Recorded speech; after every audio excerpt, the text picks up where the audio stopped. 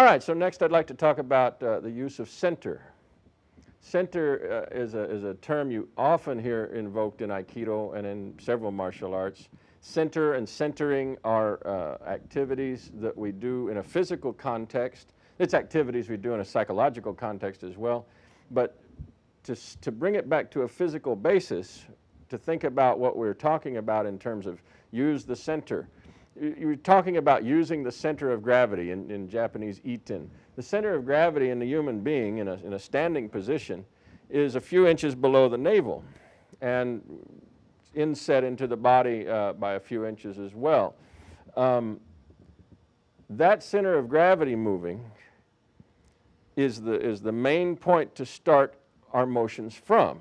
So in human action we could say, well, I want to move over towards Damon, and I could just reach over there and pull myself. Well, then the activity happened, but it happened beginning from my upper body.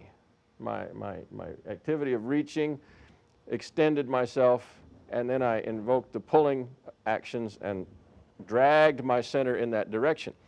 But in Aikido, we want to invoke the motion of our body from our center first. So I want to just move my center of gravity in his direction with the activity of my hip muscles and fall towards Damon. You have a very direct line of feeling directly from the center of gravity to the line that you're trying to deliver energy with an immediate effect. When we try to move by, okay, I'll move my foot over there and then I'll move my center to my foot, for instance. That'd be the same as reaching over and dragging. We have a different sort of movement. We have something that starts with a delay and then a placement and then a pulling action and then the center comes in behind. Aikido application, we'd like the center to come directly into the line of the action as soon as the action begins.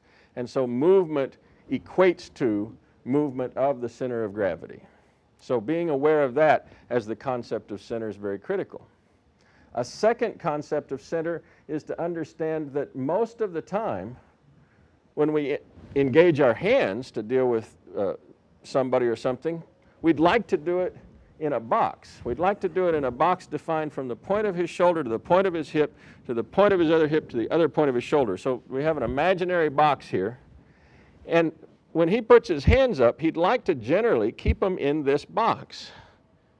When they start getting out of the box, let's say he's facing forward and I move his hand past the point of his shoulder and he starts to try to engage it and do work, he gets less efficient in terms of facing forward.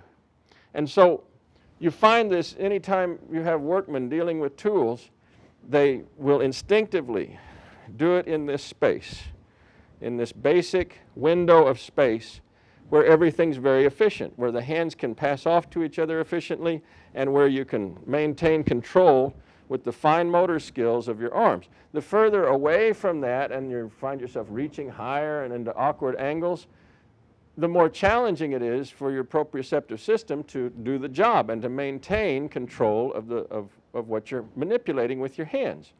And so working in this general framework of center, in this imaginary box in front of us, is a very useful reference point as well. The other thing to think about in terms of center is the center line of his body. If we bisected Damon in half,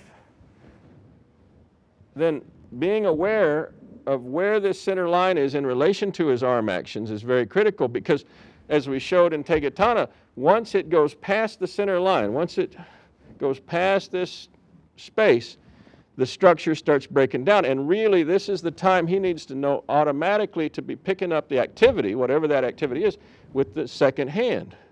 He has a lot of structure that's very powerful, all the way out here, all the way to the center.